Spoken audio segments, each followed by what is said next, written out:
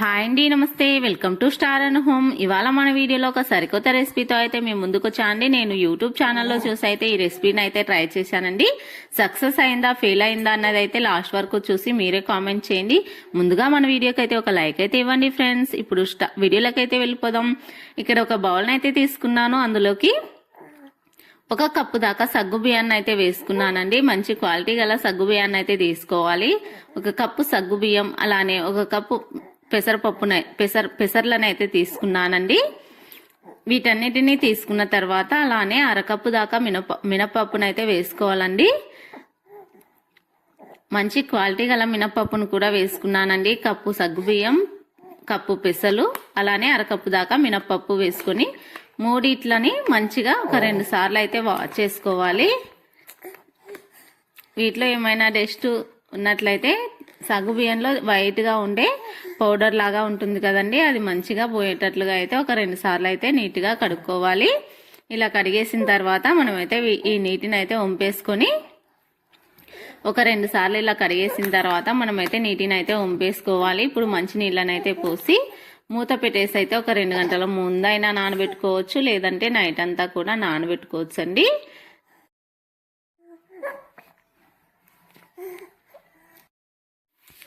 నానేసి నేనైతే ఇక్కడ మర్చిపోయానండి. నీళ్ళన్నీ మురకపోయి అయితే ఒక 2-3 గంటల సేపు అయితే ఓవర్ నైట్ అంతా నానేసి నేను మర్చిపోయానండి. మార్నింగ్ కూడా 9 వరకు నీళ్లు మొత్తం మింగేసి ఇక్కడైతే మొలకలు వచ్చేసాయండి పెసలకైతే.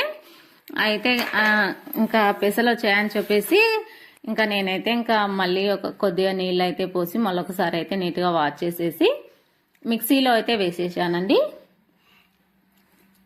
ఇలా మిక్సీలో వేసిన తర్వాత కొద్దిగా నీళ్ళనైతే ఒక 2-3 టేబుల్ స్పూన్లు అయితే నీళ్ళనైతే యాడ్ చేశానండి. ఇలా చేసి అయితే మెత్తగా పేస్ట్ అయితే పట్టేశానండి. దోశ బ్యాటరీ ఏ విధంగా ఉంటుందో ఆ విధంగా అయితే పట్టేసుకున్నాను.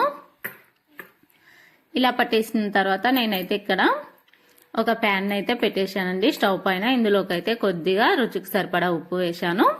ముందుగానే దోశ పెనం పెట్టేసి పోసేయండి, కానీ దోశలు అయితే పర్ఫెక్ట్గా కుదరలేదండి. దీంట్లో మిస్టేక్ ఏం జరిగిందంటే దీంట్లో కొద్దిగా బియ్యం వేసి ఏ కప్తో అయితే పెసలు సగ్గు బియ్యం తీసుకున్నామో అదే కప్తో అయితే రేషన్ బియ్యాన్ని అయితే వేసుకున్నట్లయితే మనకైతే దోశలు అయితే చాలా పర్ఫెక్ట్గా వస్తాయండి. నాకు ఆ విషయం ఇప్పుడైతే అర్థమైంది. అందుకని చెప్పేసి మీరు కూడా ఏ వీడియో చూసినా ఆ వీడియోని అయితే ట్రై చేయకండి. ట్రై చేస్తే ఇలా నాలాగైతే ఫెయిల్ అయిపోతుంది, టైం వేస్ట్, అలానే ఒక మంచి రెసిపీ చేశామని కూడా ఉండదండి. అలానే పెసరపప్పు, మినపప్పు కూడా వీడియో చూసి అయితే ట్రై చేయకూడదండి. మనకు వచ్చిందే మనం చేయాలి, అలా అయితేనే ముందుకెళ్తాము. ఇంకా ఈ వీడియో అయితే ఇంతే ఫ్రెండ్స్. ఇంత కష్టపడి తీసిన తర్వాత అప్లోడ్ చేయకపోతే ఎలా అండి? మనం ఒక గంట సేపు కష్టపడ్డాము, అరగంట సేపు ఎడిటింగ్ చేశాం కాబట్టి వీడియోని అయితే అప్లోడ్ చేస్తున్నానండి. వీడియో నచ్చినట్లయితే లైక్ చేయండి. ఇలాంటి కొత్త కొత్త రెసిపీస్ కోసం మన ఛానల్ని అయితే సబ్స్క్రైబ్ చేసి సపోర్ట్ చేయండి friends. Thank you for watching friends.